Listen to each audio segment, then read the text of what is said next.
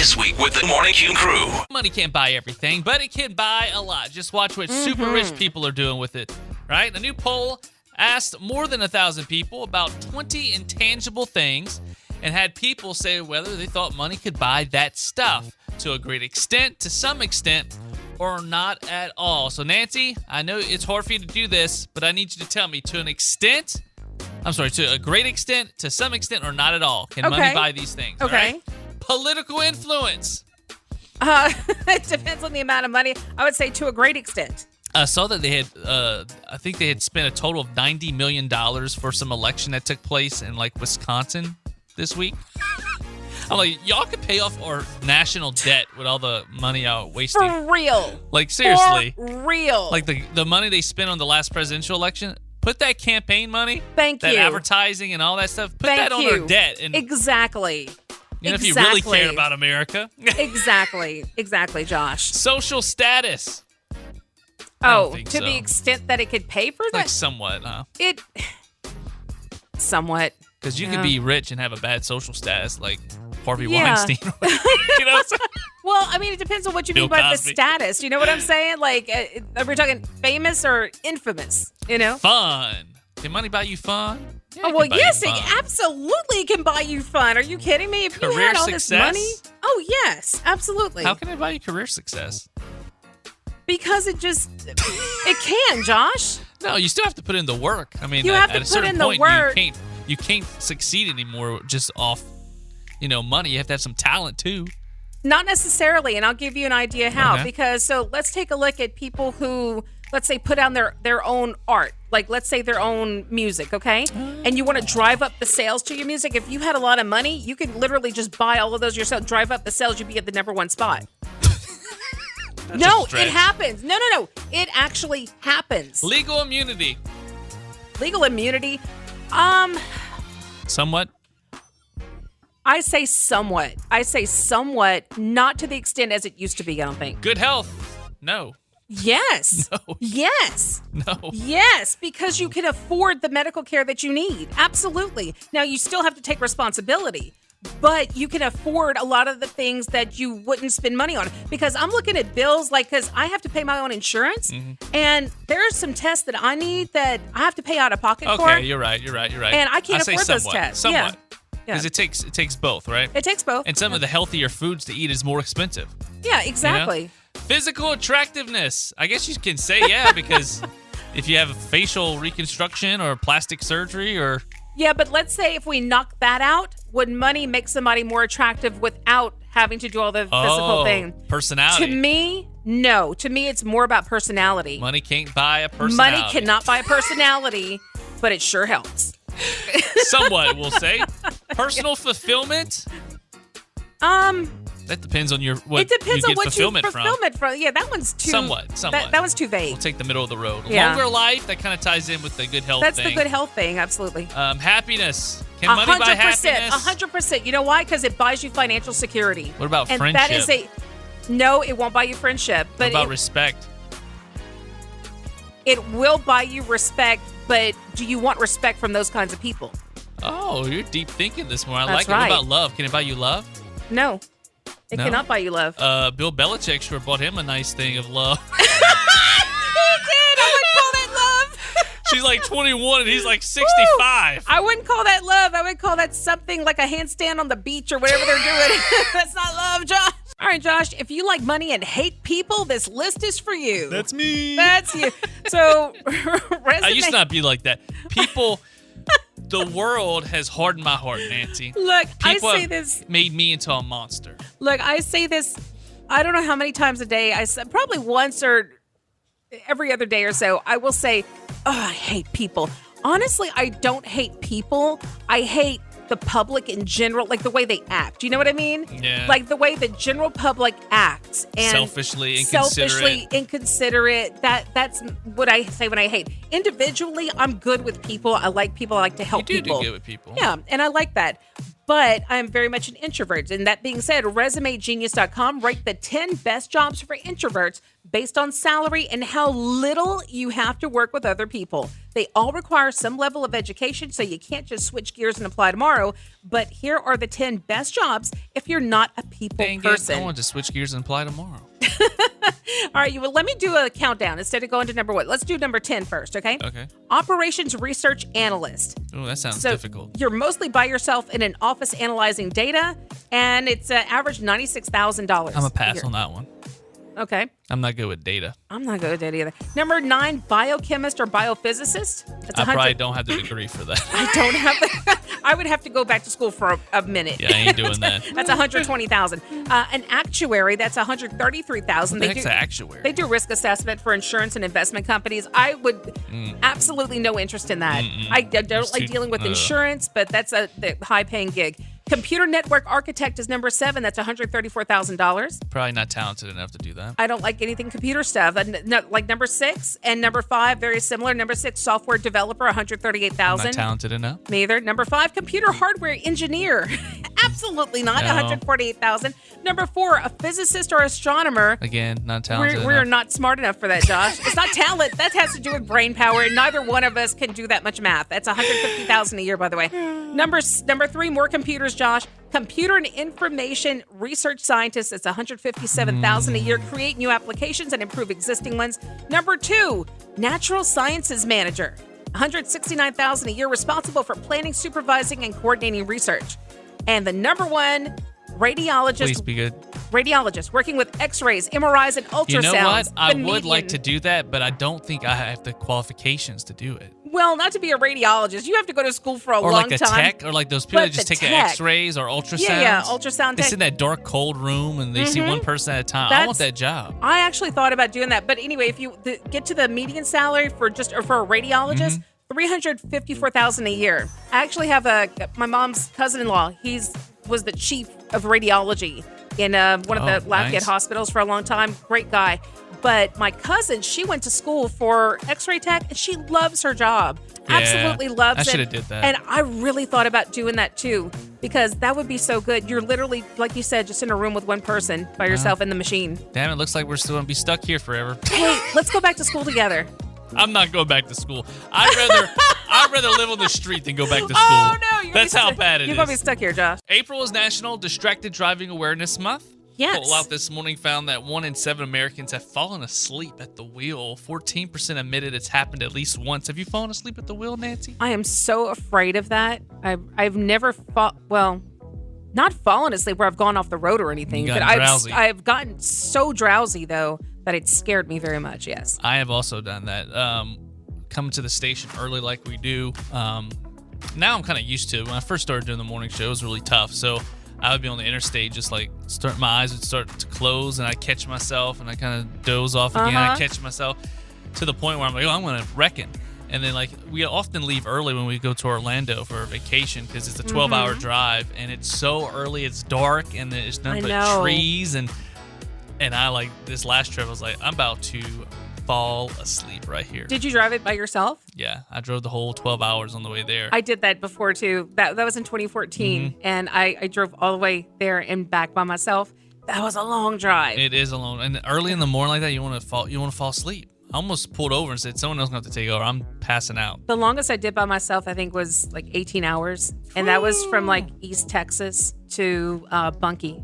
Tried driving 12 hours with only stopping twice for gas. Like two stops. That's it. Wow. That's some good mileage right there on your vehicle. So here's some 4 ways to help you stay awake, Nancy. This is according to an insurance website. Drink something with caffeine. 63% do it when feeling tired behind the wheel. Get some coffee or something. That is a standard for me. Crank the radio up. To Q93. Yes, 62%. They said when listening to Q93, it kept them alive. That's right. That's what we do We're here. We saving keep lives, you alive. guys. See, I had the radio way too low, and like no one in the car would talk, and like that'll put you to sleep. I had no coffee anymore or anything. Oh no. Roll down a window or blast the AC. That would put me to sleep personally, because when it's cool, I like to fall asleep. Me too. But if the window's down, that would be annoying. Oh yeah. And then talk to someone on the phone. Yeah. Unless it's very, very early. Like, I'm sure you don't have many friends that you can talk to at like 1 a.m, right? I do with my brother. I can because he works late hours, so I can talk to him usually in the morning like that. So be careful if you're driving, as always, but especially this month. It's National Distracted Driving I have another tip Awareness Month. What's that? and it's I'm surprised they didn't mention this one, but chewing helps. Like if you're chewing gum. Yes. I personally don't like to chew gum because it's I don't know if I TMJ, get, I jaw. get TMJ tonight, but I find crunching on something helps. Like Sunflower something seeds crunchy. or something like that. Right. Remember, you made fun of me a while back because I had like banana chips, like crunchy banana chips, or pumpkin seeds in my car. Peppermints, anything like Peppermint, that. but those, I'm telling you, they help. And that helped me this morning because I told you I had to go do another job before I came here, and I was so exhausted. I got very, very little sleep, but it helped. I had it really cold in my car. I talked to my brother on the way here, and I was crunching some pumpkin seeds. Yeah, multiple I had tips my going. tea, and I had everything. Like, I was going full blast. Like, all of these tips plus some. I often, like, what I'll do is I'll shake my leg to the music. Like, if I'm falling asleep, I'm like, shake your leg, shake your leg. And I start pinching my leg, Oh, the trying to leg wake is up. not enough, Josh. I'm bouncing up and down in my car. I was listening to, but you know why I was thinking, I was singing 99 Problems by Jay-Z earlier? You're listening to 'Cause I was Q93 on a blasting- Flashback Friday. That's what you were I doing. was You were bouncing all over the place. 99 Problems. I feel bad for you, son. I got 99 problems, but, And falling asleep is one. but Josh ain't one. Whatever. Q93, Alexandria's #1 hit music station. Joining us on the show this morning is Chris Barron, the lead singer of Spin Doctors. Chris, thanks for calling in. My pleasure, Josh. Nancy, thank you for having me. Absolutely. Sure. Thank you, Chris. So, first new album in 12 years, man. Tell us about it. It comes out on April 11th. What took so long, and what was the process of getting everything back together and rolling again for the new album? We were just out there, like we're sometimes just in a playing groove, and we were actually having a great time just out there, playing rock and roll and making a living. And I think after lockdown, we really were like, hey, it's been way too long. Let's get together and make a record. And we were really inspired. We hadn't seen each other in 18 months, which hasn't happened in decades. Wow. We are really good friends after all of these years, and I would say those three guys are like three of the biggest people in my life. So it was really, we had a text thread, and we're sending each other pictures of like our dinner and our cocktails during lockdown. But when we came out of lockdown, we were like, man, let's make a record. So, me and Eric got together in Vermont, because it's halfway between New York City and Toronto, wrote a couple songs. Aaron and I got together, and we were like, he was like, what do you want to do? I was like, why don't you come over to my house? But then the morning we were supposed to write, I called and was like, dude, how about I come over to your house, and then Lindsay can come over later, my wife, and you can make us dinner. And he was like, okay. So we wrote Still a Gorilla and The Heart of the Highway that day, and then Lindsay came over, and Lindsay and Tara and Aaron and I had like a fantastic steak and a bottle of Barolo and just, rocked out. That's great that y'all still get along like that, because some bands, it goes a little sour after a while after spending so much time together, but y'all are still close buds. It's awesome. You guys got started so long ago. Was it like the late 80s, early 90s? Yeah. Yep. 1988. I moved to New York City with $100 and an acoustic guitar. And Wow. I'm still here. I met Eric, and he and I, we got a gig, like a frat gig, and a couple of days later, Eric heard Aaron practicing in a practice room at the conservatory we were studying at, and I just knocked on the door and was like, "You want to be in a band?" And Aaron was like the hot drummer around like the school. We were like, "How are we going to keep him in the band?" We got together with a 4-track cassette recorder, and Aaron had a piece of music. It's on our first record. It's called 40 or 50. He's like, "Can you put lyrics to this?" And I put lyrics to it in like 5 minutes, and we recorded it. And I was like, "Oh, we got him now." It's the best way to get a drummer to stay in your band is to write songs with him. Because most drummers don't get to write songs in the band. So I knew we had him from that moment on. That's awesome. And also, I was reading something I didn't realize, and I don't know how, because I was a big Spin Doctors fan back in the day, and also Blues Traveler. I didn't realize John Popper was an original member of Spin Doctors. That's right. John was in the original, like in an early incarnation of the Spin Doctors called Trucking Company, and I was in an early incarnation of the Blues Traveler when we were all in high school too. So John was in an early incarnation of our band, and I was in an early incarnation of his band. Wow. That is really something. That's a full circle moment right And there. now you guys are touring together. So is it like a family reunion? I mean, were you guys touring together before and all played together? We have toured together before. Back in the 90s, we did the Horde tour together. Wait, I remember the early Horde days of tour. New York Yes, I remember that. Yep. Yeah, we were on the original Horde together, and then in the like 90s, late 80s, early 90s, we did a lot of playing together around the New York area. So yeah, it's going to be a real like kind of homecoming. It's us, Jim Blossoms, and Blues Traveler will be out all summer long, and it's we had to add a couple of weeks to the tour. I think it's going to be a pretty hot ticket this summer. I agree. I think that's going to be a real hot ticket. You guys, between Gin Blossoms, Blues Traveler, and Spin Doctors, your sound complements each other so well. I was wondering if there's any other artists out there maybe you guys want to maybe collaborate with later down the line. Man, I mean, there's so many bands that we have worked with over the years that we just like, that we love, that we'd love to go out with. We're talking about, we've been talking to Vernon Reid about a Living Color run. Okay. And you know, that would be really cool. Those guys are just hellacious musicians. I think we'd have a lot of fun being out there with them. Awesome. Tell us a little bit about your 3 singles so far off the new album, Faces Full of Cake. You guys have Still a Gorilla, Rock and Roll Heaven, and then Heart of the Highway. Yeah, they're Still a Gorilla and the one that just came out last week, The Heart of the Highway, are both songs, like I said, that Aaron and I wrote together. Aaron is really like a terrific composer. He's like, a lot of people don't realize that he wrote the music to a lot of the songs that are, you know, really like, you know, favorite songs. And then, you know, in the writing of the band, you know, I write, you know, about a third of the songs that I write. I just write them by myself. And so I wrote Rock and Roll Heaven is just sort of my idea of what it would be like to be like a, you know, hardworking musician, you know, and going to your great reward and what that would be like. You know, right. What a perfect world for a musician would be like. So the promoter's got a pizza and all your bread. Every Zeppelin is made of lead, and the guitar strings change themselves, and the mics are new, and the guitars are old. And there's just a bunch of stuff. Like, if you're a musician, that would be heaven.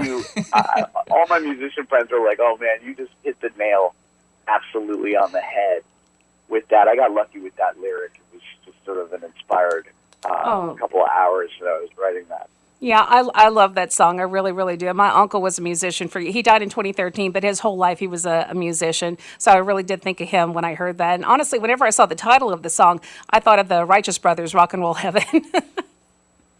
Oh yeah, that's awesome. I forgot about that title when I forgot that was already a title, but yeah, I mean, completely different song, but yeah. Before you go, kind of tell us the songwriting process for you. I know you're a big songwriter, so kind of what's the process for you to get in the mood and to write? Well, I'm really lucky because I got Eric Shankman and Aaron Comas to work with. So, like, I write some songs you know, by myself, and that's like, I'll sit down. Sometimes I just write lyrics. Sometimes I just like hang out with a guitar and I come up with music, and I'll sort of Frankenstein that together, and sometimes I'll just write the whole thing all at once, and then, you know, I know that I can just sit and write lyrics, and that eventually, like, those guys will have some music for me to put those lyrics to. So I don't really have to worry too much about whether I can come up with music for something or whether I can, you know, it's basically, you know, if there's something that I don't get around to writing music for, I know Eric or Aaron will have something great, you know, for the lyrics that I write. And in terms of my process, I sit every morning and I write in a notebook every morning for you know, for at least 3 pages, and that's just my little writing process. And stuff comes to me, and I just make sure I write it down. That's really cool. We've I been love talking it. with Chris Barron, lead singer of Spin Doctors, for their new album, tour dates, and more. You can visit spindoctors.com. Chris, thanks so much for spending your morning with us. Yeah, thank you so much. Thanks, Josh. Thanks, Nancy. Thanks for having me. Absolutely. This past Saturday was National Handmade Day, which celebrates the effort and dedication to handicraft artistry. I thought you were going to say artichoke. No, and craft. Tough word, artistry. Yeah, I respect that because I am not very artistic. So I do respect people who are artistic and do things like, handmade crafts. Yeah, just a special personal touch of creating something by hand. It's hard to imagine anyone not appreciating a handwritten letter, and yet yes. you're far more likely to get a DM on social media or a thumbs up emoji text. A recent poll asked, when did you last write a handwritten personal letter? 9% of people said they written one in the past month, which was the most recent option. Another 21% say they've written one in the past year. Another 26% say they're pretty sure they've written one in the past decade. Wow. 26% of people say it's been longer than a decade. 5% claim they've never written a personal letter. And if that ain't crazy enough, 20% of Gen Zers, Nance, between the ages of 18 and 24 said they've never written a personal letter. I mean, I believe that. I really do. And, now I'm wondering, the people who are saying yes, are they including like greeting cards with that? Like, are they writing a letter in their greeting card? Probably so. Now, some people, because I would think that would count because you're putting a letter in it. It doesn't matter if it's on paper or on a card. Because my friend and I, we do that sometimes. We'll just send random greeting cards to each other. And we still do that occasionally, not as much as we used to. Yeah, I don't think Gen Zers are doing that either, Nancy. No, but it's sweet to get something nice in the mail that's other than a bill. You know what I mean? True. You get a little card like, oh, that's cute. That's the only thing that comes in the mail. Bills or junk. Exactly. It's bills or junk, and it's nice to get something cute. But my cousin Alice and I, when we were kids, we used to actually write handwritten letters to each other. And it was sweet, Lame. No, it wasn't lame, Josh. Lame. Why do you think it's lame? Nerd. Why do you think it's lame or nerdy? No, I don't think I've ever written a handwritten letter. If I have, it's like to Santa Claus. We didn't have email back then. We didn't have... That's true, you're old. We didn't have phones. We didn't have... Yes, I'm old, Back Josh. in Thank my you. day, we written handwritten letters and sent them via owl post. But let me put this to you. Look at the things that we cherish from way back when. Now, It's letters. these days, right. If you go through like your mom and dad's or your grandparents or great-grandparents' things, look at the letters they wrote, the love letters they wrote back and forth when they were, courting as it was back then. Yeah, but Nancy, you These have days that you don't today in see that. text messages, right? Especially if it's It's between not you the and them. same to see their original handwriting. You can hear their voice in some of the voicemails No, and voice that's recordings. cool. No, that's cool too. Don't get me wrong. But what I'm saying is there's just something romantic about seeing their handwriting to each other with the little notes. Like I found my dad's notes to my mom when he was in the Navy, sending them back home you to sound her. like Nicholas Sparks. That's what it is. There's just something more romantic about it back then. I'm but just it giving is you a cool. hard time. I get know it. you're giving me a hard time, and I'm trying to make the best of it, Josh. Go write a letter. I have 2 letters for you, Josh. F you. Who knew Nancy was so passionate about writing letters? Sorry I hit a sore subject with you. Jeez. You're so unappreciative, you uncultured swine. Look, we were talking earlier about being picked last for gym. Like middle school, elementary school, high school, that was me. Always picked last. Nobody wanted me on their team. No, and you know what's funny is that I remember in elementary school being picked last, we'd play kickball, okay? But the joke was on them. Whenever they played kickball, they picked me last, but I had really powerful legs. I still have powerful legs. That was where all my strength is. Good legs on my mom's side of the family, okay? Whenever they got to me to go kick the ball, everybody on the other team were like, all right, y'all bring it in. It's Nancy. Y'all get close because they thought I wasn't going to. Well, I kicked it so far out. They didn't know what to do. I brought everybody home and I was like, what y'all thought, right? So sure enough, whenever it was my time to go get, like, oh, y'all get back. It's kicking. Then they wanted me on their team. Hey, it So was funny back in my day. We played dodgeball. I hated playing it. Did they throw wrenches? Well, no, Like it was the dodgeballs. movie, but though? let me tell you something. They would try to hurt people. They would try to, these Yeah, kids, they would try to they throw would as try hard to- as possible. That's what we all did. You know what I did? What? I was smart because the PE coach, you had to play to get a grade. Yeah. I'd play around and I'd kind of dodge the balls for a little while Yeah. and then I'd slowly make my way to the bleachers to sit down. Like I never got outed yet, But then I just go sit down like I got hit. Oh. I sneak go out. I was like, 'cause I'm not getting stung by one of them balls. With all the balls flying around and everybody, they can't keep checking everybody. Yeah, I so just that's would slowly like, man, it's slip dumb. out. I'm just gonna go slip out. Maybe you sat down to go write a letter. I don't know. So, but look. I mean, someone asked the internet, what are some examples of being picked last in gym class, but as an adult? And here are some of the highlights. So it's kind of like it's the equivalent to being picked last. Okay. Right. So another one is getting invited out to be the designated driver. Oh, yeah. That doesn't bother me, but it bothers me if that's the only reason you're inviting me out. I don't mind being the designated driver, but if that's the only reason you're inviting me, that's... I mean, that's better than your last event that you experienced where you didn't even get invited to the Christmas picture. Thank you for keep reminding me about that. The group, Christmas. Yeah, thank you. Also, look, here, friends wanting a group photo together and handing you the phone. That was messed up. That happened to me and That my happened family. to you with your family, I remember. Yeah, they're like, That's hey, so messed up. Grandma, we want a picture with all the grandkids. And then my cousin goes, here, Josh, step out here. We'll take one of the other kids first, That and you is can go so in there. mean. I was like, okay. And that I guess, explains so much about why you are hateful the way you're hateful most of the time. yeah. Like I would be standing up for you if I were at your guess family maybe reunion. they wanted just the younger grandkids. I don't know. Just but tell yourself I that. felt totally unwanted. I was like, would too, I and I'm just so walked sorry away, you went through that. And they're like, hey, Grandma wants a picture. I was like, oh, now you want a picture? Man, I feel so bad for you. That's terrible. Okay, I'm Another used one to is it. people talking about party plans in front of you but not inviting you. Oh, yeah. Oh, That's God. awkward. I had somebody do that in high school. She was talking about her sleepover, and then I mentioned, like, oh, okay, what time do we show up? She's like, well, you're not invited. I only have room for so many people, and you're not one of them. You assumed you were invited, though. That's probably your But fault. we were always like to get, you know what I mean? It was like a group thing. We were always like, wow, okay. Some Everyone, people get mean girlish like that. yeah, everyone going out for lunch at work but not asking you to join. Oh, that hurts people's feelings. It does, but we've done that to people before. But we try to not tell it in front of that person or let that person know because that person is a total B and we don't want them to come. Sometimes they find out, though. But they find out. But you know what? It's because we don't want you there because you're a horrible person. You are. And all you do is make everybody miserable. That's why. Another one is finding out your quote-unquote friends went out in the town without calling or texting you. That's happened to me before.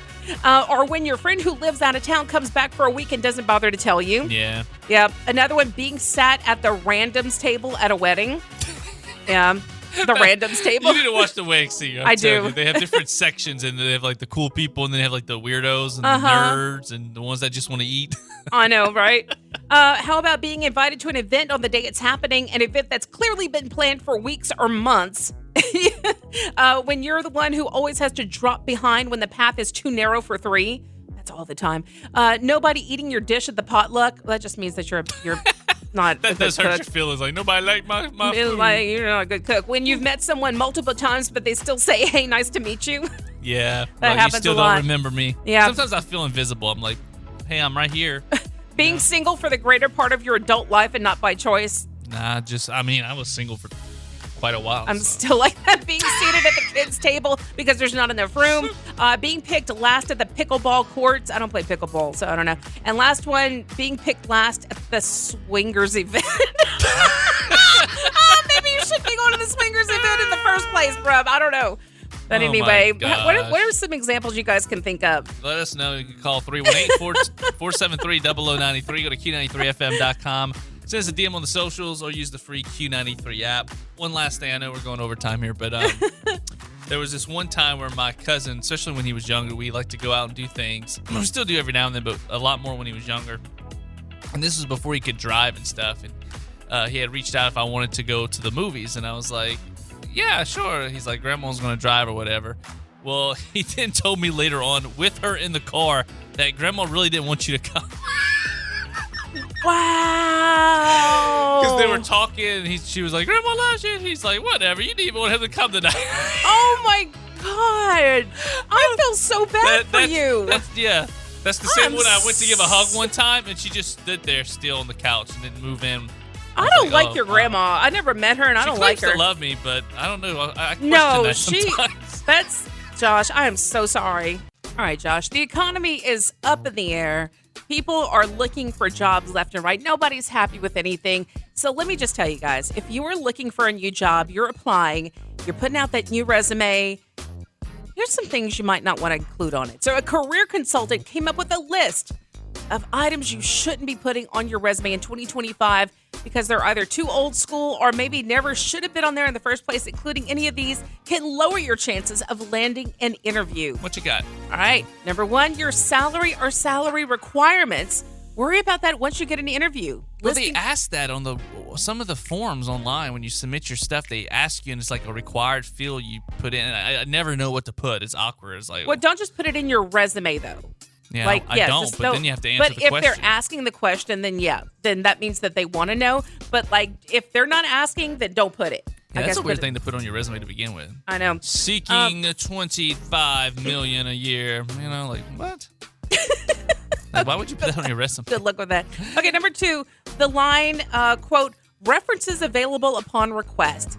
That way you're just wasting real estate and their time. They know you'll give them references if they ask. Number three, bright colors or graphics. All the big companies use software now to screen resumes and search for keywords, and it doesn't always recognize graphics. So what looks good to a human might not look good to a robot. I need to polish mine, though. Use maybe Chat GPT to, like, reword some things, make it sound better.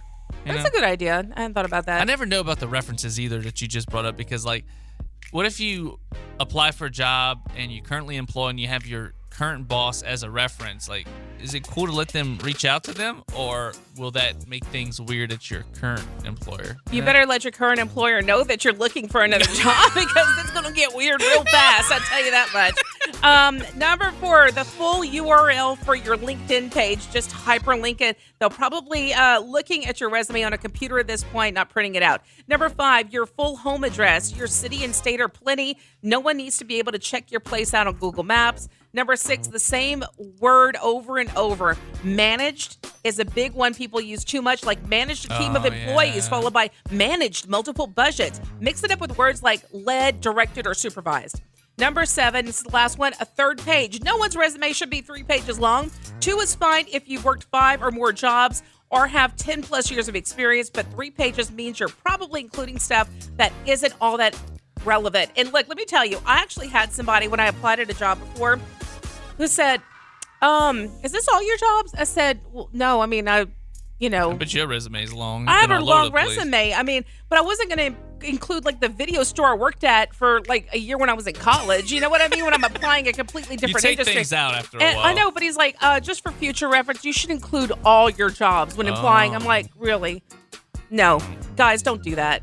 You don't need to include every single job you have had in your life. Like I worked at a restaurant when I was my first job. I've taken that off since. You don't need to include that unless you're applying to work in a restaurant. Yeah, exactly. Use your relevant work experience or where you've worked like the longest and whatever relevant experience you had. Maybe you had management experience at that restaurant, then include that. Right. But if it's just like, if you're waiting tables and you're applying to work like as a DJ or something, it's not going to be the same. So don't include that, Sometimes you're too qualified. Sometimes you're underqualified. Yeah. I've been told I was overqualified before for a job, and I'm like, you've never been overqualified. No. I've been told that, and I was like, no, please, I'll be underqualified. Because sometimes when they tell you that, it's like they know you're going to leave because they can't afford to pay you what you know. That's why. Yeah, but that's the thing, guys. So you have to be careful. Polish up those resumes, especially for those that are graduating, right? This summer. Definitely.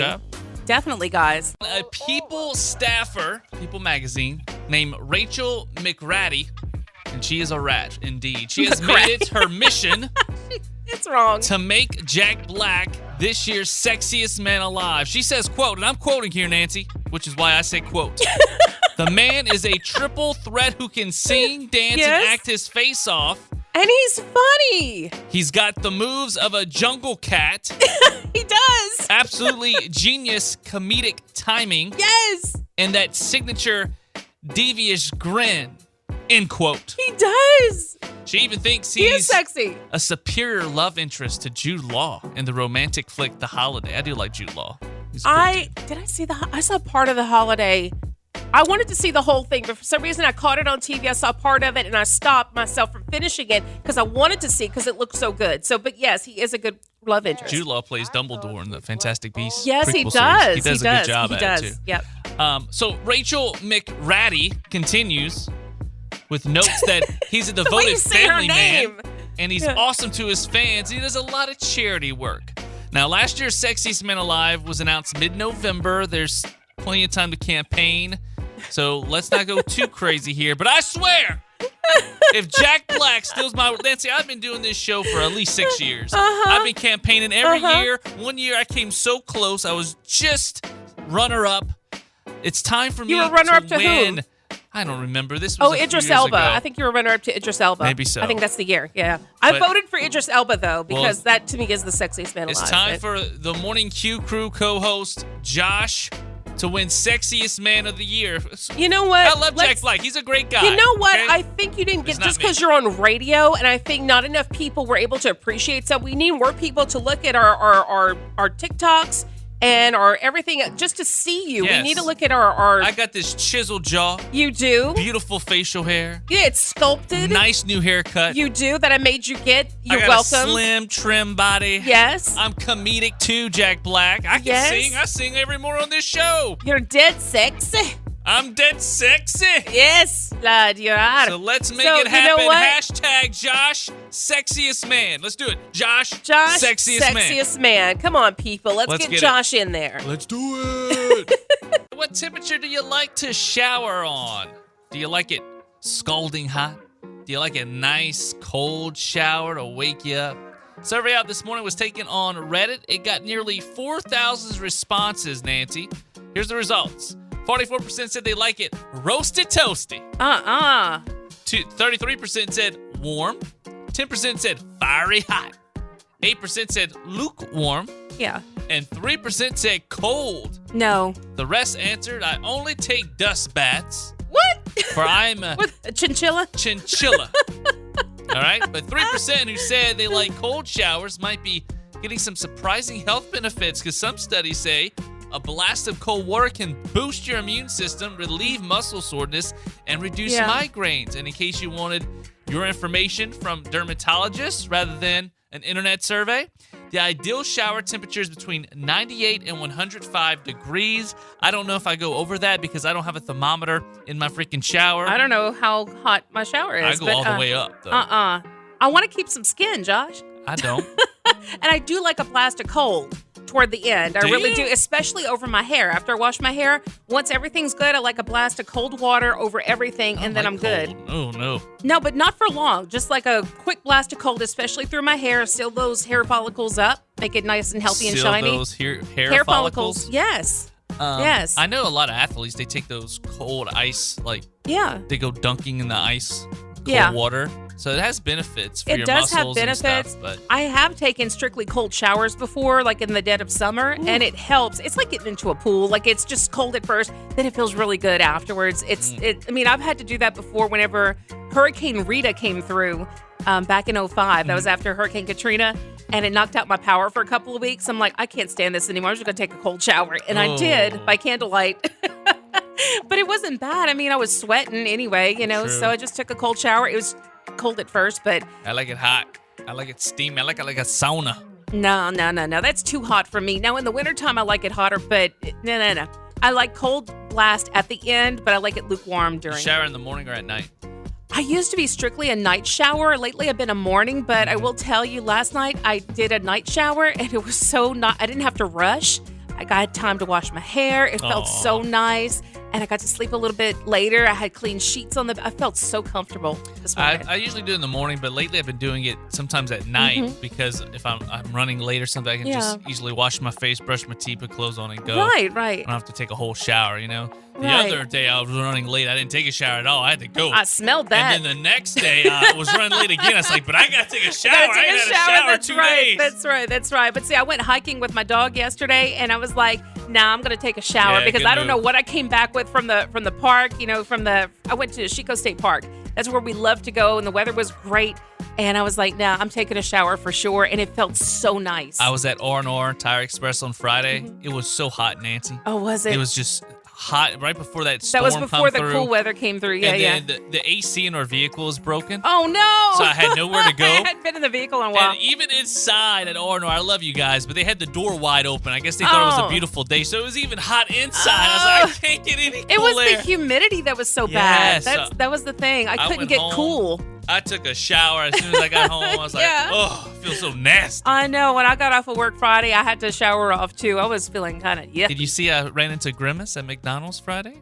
I didn't see that. What? I have to go find that. You got into Grim. Oh, check our Facebook page out. Yeah, let's check it out, guys. Let us know what's your preferred shower temperature. You can go to Q93FM.com, open up the Q93 app. Well, listen, Josh, we were talking about unhinged money-saving tips earlier, and a woman on TikTok asked people for some of their tips, ways they keep themselves from spending money. And like, it might sound weird, but I swear it works, that kind of thing. And so some of them are crazy, but some are kind of brilliant. But here are a few of the good ones that people offered up. Someone said, lock all of your credit cards. You can still use them if you want, but if you have to go through the trouble of unlocking them every time, you might not want to use them as much. Which I don't really use my credit card unless it's an emergency. Same. Like, and if I really need it, like if it's in between paychecks and I really don't have it, it's literally just for gas. And you pay it right off. And I pay it right off, like for gas or like some emergency groceries. I use it for gas, and I pay it off at the end of the month, and you get reward points, so you get money. Yeah, or if I have to take my a pet to the vet or something for something emergency, like literally like that. Also, make yourself run for every dollar you spend. That would be a good one. Yeah, but you have to force yourself to do that. You can't force yourself to stop spending money. You're going to force yourself to run after you spend money? It's like if you buy something you don't, but if it's something you don't need. Oh, okay. So if it's something you don't need for like $50, you have to run for 50 minutes. Oh, yeah. I guess. Die. But you got to implement that. You'd be like, I'll do that next time. Or you have to say like, okay, I don't really need these clothes, so do I have to, but then you start telling yourself, no, I really do need to update my wardrobe. That kind of thing. Yeah. Yeah, like these shoes. I showed you my new shoes. I really did need some. Nice new shoes, Nancy. Thank you, but I really did need some because my others were kind of coming undone at the bottom. So I'm not going to run for these shoes, Josh. Which is funny. Although you could now they're made for running. Nice. Yeah. They're made for running. Okay. Also, take a picture of your parents. Tape a picture of your parents to your credit card. Somehow it's supposed to remind you of how much you don't want to move back in with them. No, thank you. No, thank you. Do you like the item more than cash? Before you buy something, ask yourself, if someone offered me this T-shirt or $30, which one would I take? I like that idea. I like that idea, too. That's a pretty good one. Calculate how long you've had to work to pay for it. I do that a lot. Like if something costs $100 and you make $20 an hour, is it worth 5 hours of your time? I can't do that because I'm not good at math. I do that with bills. Okay. I do that with bills all the time. Like, okay, well, I just worked so many times. Okay, well, that's my phone bill right there. I just hope it all works out mathematically at the end is what I do. Just hope. Yeah. Another one, pretend it costs even more. Make it a rule. If you wouldn't pay 3 times as much for it, then it's not worth what they're charging. Like you have to commit to that. Consider the idea that you might never retire. Well, that's probably going to be me for I've real. kind of accepted that at this point. Me Social too. Security will be bankrupt. I have no retirement. So. I know. Number 8, think of it like you're stealing from yourself. I mean, basically it is. Number 9, boycott everything. Find reasons to boycott as many companies as you can. Refuse to give them your money. Maybe that's why there's so many boycotts these days. I don't know. And number 10, just start binge watching Hoarders. You'll never want to buy anything ever again. But I tell you what, that honestly helps. Whenever I binge watch Hoarders, I throw away a lot of stuff. I'm not even lying. That show is really good for me mentally because I throw away a lot. I try not to eat out. What I've been doing, my little hack here is I've been bringing fruit for lunch. Yeah, I'm really proud of you for that. Mm-hmm. And it's light. And also, I'm not spending money on takeout. What about you? Any money-saving tips?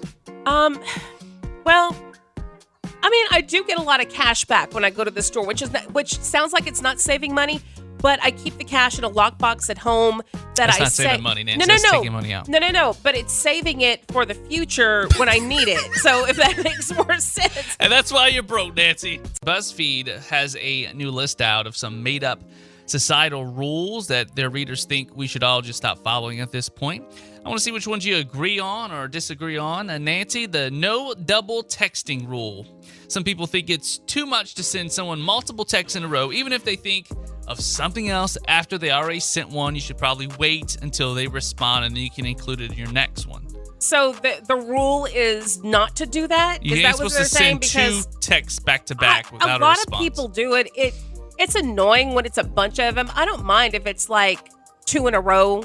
It doesn't bother me. Not 5 or 6. Not 5 or 6. It gets really annoying after that. Like, just kind of, I don't mind if you take a minute to think about what you want to say and then respond. It doesn't have to be all immediate. I don't like that because I think it's a chat display, so it's meant to be like that. To me, anyway, I don't know. Respect your elders. One person said some of the nastiest people I ever met are over 70.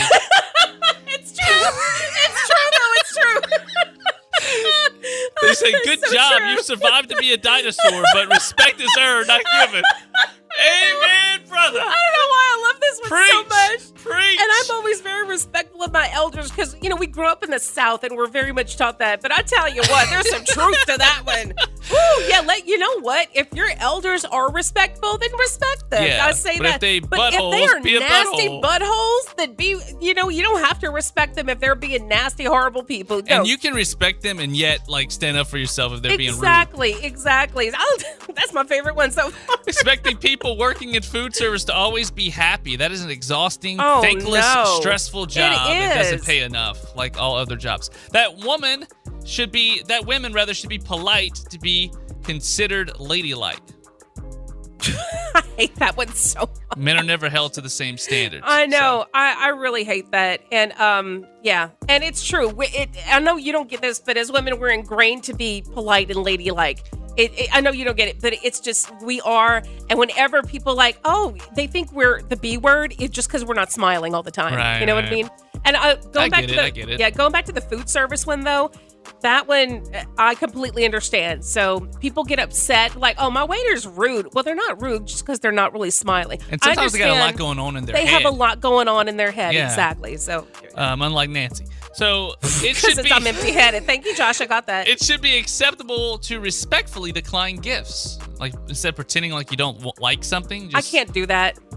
That is kind of rude. I actually. don't do that. I'm not I agreeing don't with care that how either. much I hate the gift. I'm gonna say thank you so much because you thought of me. That's why I'm grateful. I'm not gonna decline your gift no matter how bad it is. I'm gonna say thank you because you thought of me. You can't eat in front of your friends unless they're eating too. Uh-uh. Nancy, No. I agree with this. If we're at a buffet or a restaurant and they bring my food out first, I'm not letting my food get cold waiting on yours. I'm going to start eating. I've been hungry all day waiting to go eat out, so get over it. Yeah. I'm going to wait for you till after you finish eating. I'm not going to leave without you. Yeah. No, I like that too. Well, it depends on the friends I'm with, I guess. If You I'm called with, me out one time for doing that. I remember that, and but thinking about it now, it depends on the people I'm with. Really close friends, no. But if it's, I don't know, it just depends on the situation and the people I'm with. Do you think it's rude to read a book at a function or event? Some people say that shouldn't be a thing anymore. Remember that player was reading a book on the sidelines of a football game last season? Let him read a book. Who cares? How is that rude? He paid for his ticket. Let him sit there and read a book if he wants. No, he's a football player. He's on he's the a football player. sidelines reading his book. I don't remember that. That's probably why people are starting to feel that way. What about dating a friend's ex? Is Don't that do that. unacceptable? Don't do that. But what if you feel like it's love? Don't do that. Don't do that. Listen to me. Don't date your friend's ex. Okay, last one. Blessing people when they sneeze. Some people say you need to stop doing that. It just brings more attention to it. Interrupts things. I don't care, to be honest with you. I don't usually say it. Who cares? Just say it. If you don't like it, just say God bless you, thank you, or gesundheit. No one It says it doesn't when matter. I sneeze. I do it all the time. Lies! We should stop lying. That's not cool anymore either. Societal I trend. bless Lying. you all the time. Josh, look, here and now, may the Lord bless you forever and ever. Amen. you. For every single sneeze you. that you exhibit. Thank you. You're welcome. Let's begin with today's 5 random facts. Well, Josh, black pepper is not an actual pepper. They're the cooked unripe dried fruit of the Piper nigrum vine. Green pepper is the uncooked version, and white pepper is the ripe fruit seeds. And Sichuan peppercorns are the dried berries of the prickly ash tree, which is a member of the citrus family. But these kinds of pepper are the OGs. It was later in the 16th century when people began using pepper to also mean the New World. Capsicum and chili pepper. Those include the common hot, sweet, and bell peppers. I'm glad I have to read that one. I know. I was literally, when I was going, I'm like, man, he must have made me read these beforehand. Our producers gave that to you, Nancy, because Yep. they were trying to get you a tongue twister going right there. They were, I'm not going to lie, a couple of them were a little bit difficult. I thought about the Piper Peter picked a... Piper nigrum or nigrum, Nigrum. No, isn't there like one of the things with Piper Peter, Oh. Peeper picked a peck of pickles to pick a peck Yeah. of water or something like that? Yeah, Peter Piper picked a peck of pickled peppers. If Peter Piper picked a peck of pickled peppers, how many pecks of pickled peppers did Peter Piper pick? Yeah. Yes! Okay. That! See, that's why they gave that one to you. Like, I slid a sheet, I slid upon a slitted sheet, I sit. Oh, no. Number 2. You'll get us fined if you try to say it. The town of Ixania, which I didn't say right, I'm pretty sure, in southeast Wisconsin got its name. Ixania? Whatever. When the people there couldn't agree on a name, so they picked a bunch of letters randomly. Oh, there you go. So they probably don't even know how to pronounce They their don't own even town. know how to pronounce it themselves. So who cares? Yeah, Glenn Frey from the Eagles got the idea for the song Life in the Fast Lane when his drug dealer, who was called The Count, used that phrase as they were driving. Fun random fact here. I'm going to throw an extra one in there. Nancy, you and I used to work at a classic hits radio station. Yes, we did. And when I first started off, you make a lot of mistakes. Still make mistakes, but I made a lot of mistakes. And one of them was when I introduced a song from Glenn Frey. I said Glenn Frey. Oh, I used to say that a lot too, honestly. I really did. I used to call him Glenn Frey too. Number 4, Isaac Newton was the first person to recognize that the rainbow was divided into 7 distinct colors. So shout out to Isaac Newton for being so observant. That's right. Observant. That's right. Still some of my favorite snacks today are his fig squares. The Newtons. Get it? Okay. Wait. Oh. Okay, and lastly, guys, whenever when you break wind, it travels out at about 10 feet per second. Better watch out, Nancy. That's about 7 miles an hour. Do you know which direction it usually goes, wherever the butt's pointing? Josh, you better turn around right now, boy. Who's our crazy criminal today, Nancy? Josh, there are 3 of them. Can you guess where they're from? Florida? Yes. Jesus. And just in time for Easter, Josh, you'd never mess with the Easter bunny when you're 10 or 11 because you want the Easter bunny? What's up for the Easter bunny? But you don't want to mess with them when you're a kid because you want all that candy. But man, when you're an angsty teenager, well, I tell you what, you want to mess with that bunny. The 3 teenagers in Florida got arrested on Sunday for attacking the Easter bunny at a mall in Naples. One is 14, the other 2 are 13 years old. Police say the Easter bunny was returning from the break room when it happened and called the attack unprovoked. They started pushing and shoving the poor Easter bunny and tried to pull its outfit apart. A 24-year-old woman was inside the costume, by the way. A spokesman for the Naples Police Department called it mind-boggling that anyone would want to attack someone who was just there trying to spread joy. Thankfully, they said the Easter bunny was shaken by the encounter, but physically okay. 2 of the kids are facing battery charges. The third got a juvenile civil citation also for battery. How attacking the Easter bunny. Man, that makes me so mad. For the holidays, for Christmas time, the last couple of years, I've dressed up as the Grinch. Yes, and which is perfect casting. Which I participated for the Cares for Kids toy drive at Target, but also the city of Pine Prairie had asked me to ride in their parade. So I did it. And after the parade a couple of years ago, they wanted me to hang around the little town area because they had like fireworks and a competition and all kinds of stuff. I was like, sure, the kids can take pictures. Yeah. Nancy. What? Did they assault you? I was nearly assaulted by kids. What? Like, not teenagers, so they couldn't be charged, but the little ones, after a while, they start getting comfortable with you. And they're like, oh, you're really not the Grinch. And they start looking at your feet, and they try to start pulling your costume off, and they're chasing you. Charge him. I was sweating like a, in church. And I said, I'm not doing this next year. I had to jump into the local restaurant and run to the bathroom and take the outfit off so they leave me alone. Charge those little demons. It was horrible. Y'all leave the people in the costumes alone, man. Oh my it's hot God. in there. And y'all watch your kids. Yeah. Hey, listen, Josh, there are some types of people that if you date, you never want to date them again. Obviously, creepy Unabomber types. That's Unabomber. That was like an 80s term, right? I remember the Full House them saying Unabomber. That was like 90s. Or Nerve Bomber or something. Yeah, but there's always an obvious swipe left, like if you're on the little dating apps. But for others, you have to just live and learn. That's how it is. Someone on social media asked, what is one type you would never date again? And here are some of the top responses, like people who only talk about their problems or they're perpetually miserable, like Eeyore? The downer, exactly. Are people who are emotionally unavailable, people who are addicts, like you'll always play second fiddle to their addiction. I mean, that's very true. It's hard to get away from that. Number 4, the woe is me covert narcissist who are secretly jealous of you. Those are bad. You've been with a narcissist before. I have been really close to a covert narcissist who made you think he was the greatest guy in the world and then wound up taking a lot of money from you. Selling drugs and stealing.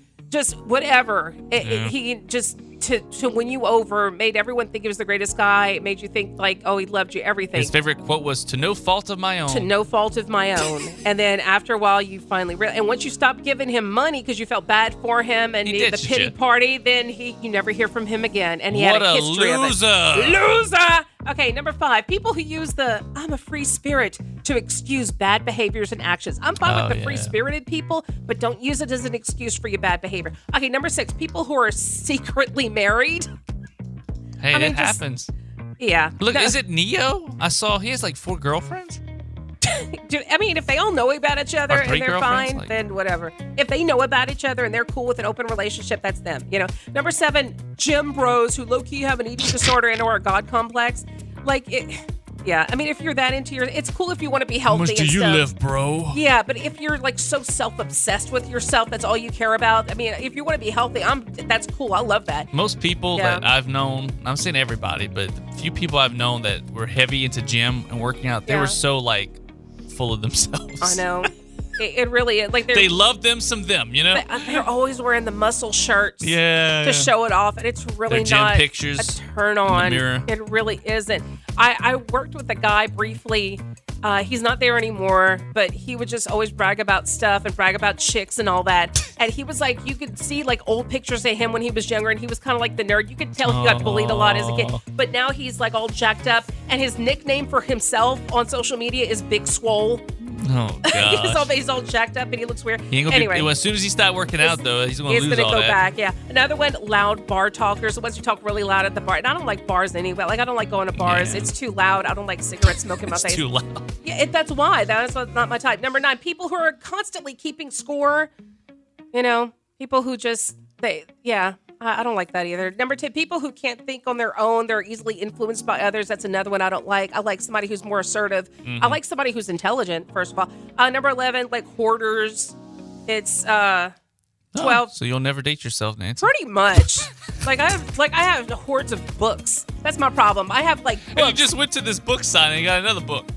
I did, man. I need to stop myself. You a damn hoarder. Look, people who still love their exes, people who only listen to one. They can't get over the ex. Yeah, people who only listen to one genre of music. I mean, that really doesn't bother me, but I mean, open your mind. Some people don't like that. Unmotivated people with hyper-political or religious families. That would kind of bother me a little bit. People who don't have a grasp on basic adulting.